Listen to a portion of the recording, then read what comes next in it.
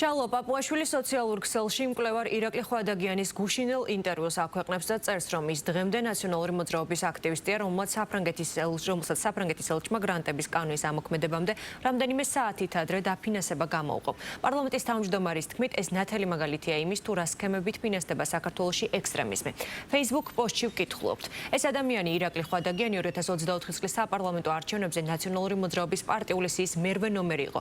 პარლამენტის წევრიც გახდა და ნაცმოძრაობის სხვა რადიკალებთან ერთად მანდატიც დატოვა.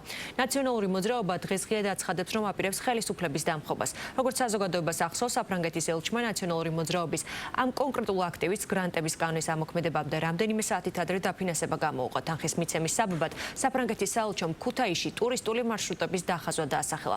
ამგვარი მარშრუტის მხაზველები შემთხვევით ხელისუფლების დამხობის, არჩევნების ჩაშლის და ქუჩის ძალადობის მონაწილენი რომ ხდებიან, ალბათ მხოლოდ შემთხვევითობაა, თუმცა სინამდვილეში ეს შემთხვევითობა იმის ნათელი მხილება თუ რა სქემებით ფინანსდება საქართველოში ექსტრემიზმი. ზუსტად ეს სქემები ამხილა ამერიკის შეერთებული შტატების ახალმა ადმინისტრაციამ და შეწყვიტა სხვა ქვეყნების არევის დაფინანსება. წერს პაპუაშვილი.